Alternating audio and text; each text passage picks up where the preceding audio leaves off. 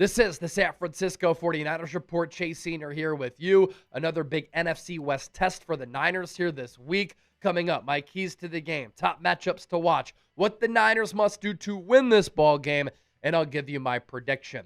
As we always like to do in informing the audience, let's take a look at how both teams stack up on both sides of the pill. On offense for Arizona, they've certainly struggled all year long, haven't had much continuity at the quarterback spot with Kyler Murray and Jacoby Brissett. The Niners know a thing or two about that, and they've just been an inconsistent team for the most part. 20th in points per game, 21st in yards per game, 26th in yards per play, 4th on third down, so they are good there. 19th in the red zone. On defense, I think they're a little bit better than what the numbers indicate here. I like the personnel up front, especially along that defensive line. 19th in points per game at 23.9. That's not a bad number by any means. 22nd in yards per game at 339.4. 16th in yards per play at 5.3. Middle of the road there. Also middle of the road in third down conversion rate. And the red zone defense has been good this season. 11th among the 32 teams with a red zone touchdown scoring percentage given up of 56.2%. For the Niners on offense, they need to score more points on offense and get better there just to make up for what is a lackluster defense. So they're 23rd in points per game at 22. They continue to move the football. 11th in yards per game at 356.2. The yards per play have gone up a little bit over the last couple of weeks to 5.5. That's 14th. They are third on third downs.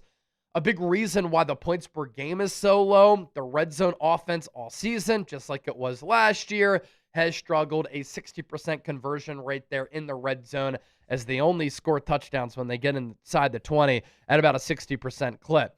On defense, these numbers have started to falter a little bit just because of all of the injuries there.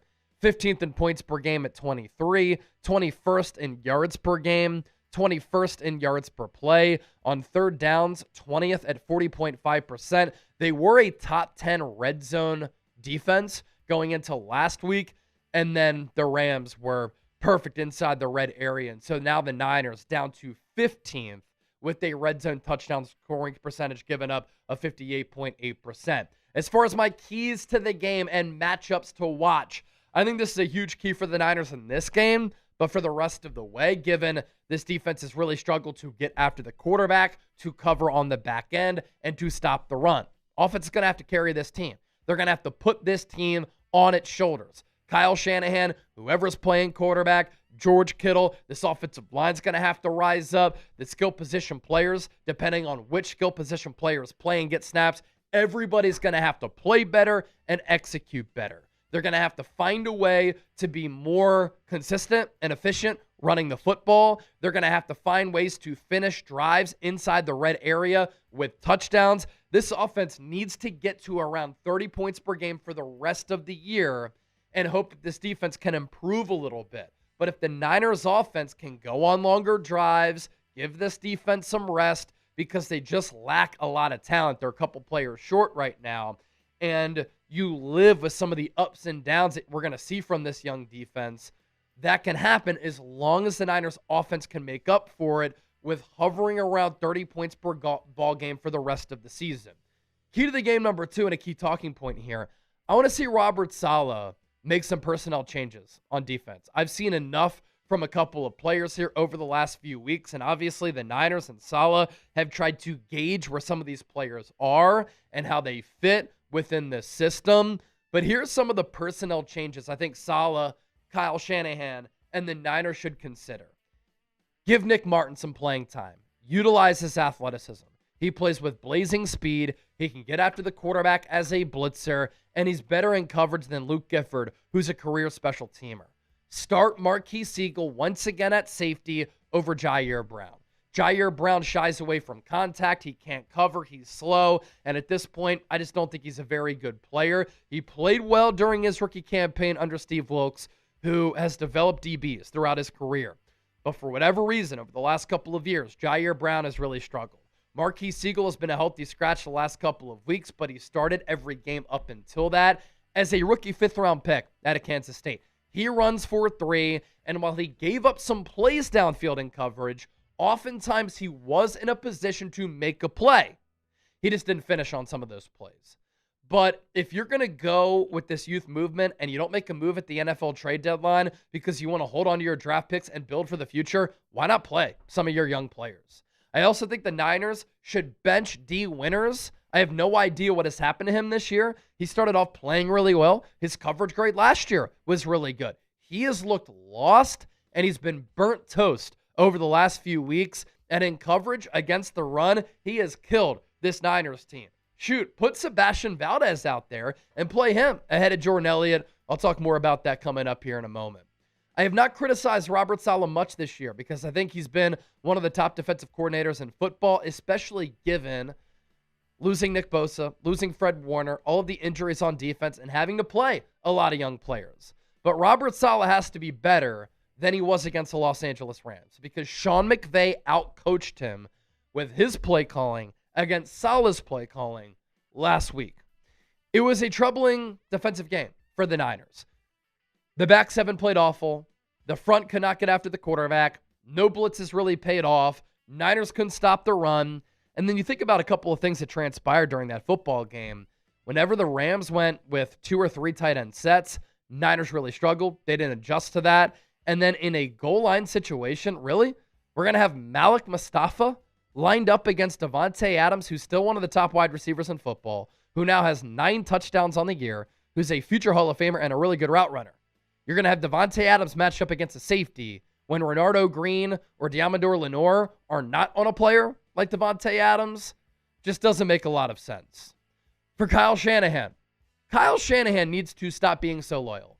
And I know that Kyle Shanahan sometimes is stuck in his ways, and I know that Shanahan can be very stubborn, and he doesn't make a lot of changes and adjustments.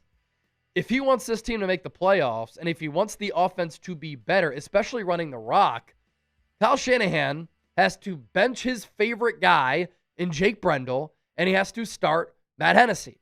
Matt Hennessy is more athletic. Matt Hennessy is the better center. I think he gives you more athletic juice in the run game. I think he's better as a pass protector. And anytime I've seen Jake Brendel play this season, the interior pressure against him, against this Niners interior offensive line, has been very visible. But with Matt Hennessy out there, I actually think this Niners team has played some pretty solid football, and Hennessy has played better. Better pedigree coming out of college than Brendel. Brendel was a UDFA. Hennessy was a third-round pick. I just want to see Kyle Shanahan stop being so loyal to players who are not as good as other players who you could be playing, and in turn, that will help you perform better, and there's pressure on this offense because you got to carry the squad. Number 5, have a clear plan and direction as an organization. That's one thing with the San Francisco 49ers right now that I don't understand. They don't have a clear plan. They don't have a clear direction. Here's what I mean by that. If the Niners are going to stand pat at the NFL trade deadline because they want to keep their draft picks and build for the future, then the Niners not playing their young players makes no sense. Play Nick Martin over Luke Gifford. Luke Gifford stinks and he can't cover, and Sean McVay took advantage of that on Sunday. Play Marquise Siegel over Jair Brown. He's more athletic than Jair, and I think he's going to give you more coverage-wise on that back end. Jordan Elliott, we know who he is at this point. Last couple of weeks, he's had some really bad penalties. Play Sebastian Valdez over him to see if he can be something and a building block for the future. Give Jordan Watkins, who has 4.3 speed, legitimate and more snaps at the wide receiver spot. The mixed messaging here from the Niners doesn't make sense. 6-4, they wave the flag at the deadline, but they still think that they can make the playoffs. They say, well, they want to build for the future. If you want to build for the future and you didn't make a move at the deadline, that told me everything that we need to know. That you gave up on the season because you don't think this year is your year. Well, if you don't think this year is your year, then try to figure out who can be a part of this team for future years. Other keys to the game. Stop running outside zone with Christian McCaffrey. It doesn't work. Get north-south, run more power, run more gap scheme. Against the Giants, you did that, found success. Against the Falcons, you did that, you found success. Stop running McCaffrey east-west, get him north-south. You know who's also been really good the last couple of weeks? Brian Robinson. Get him more carries. and get creative with the personnel packages and usage. Use Christian McCaffrey in the slot. He's a mismatch there. Great route runner. He can burn linebackers and slot corners.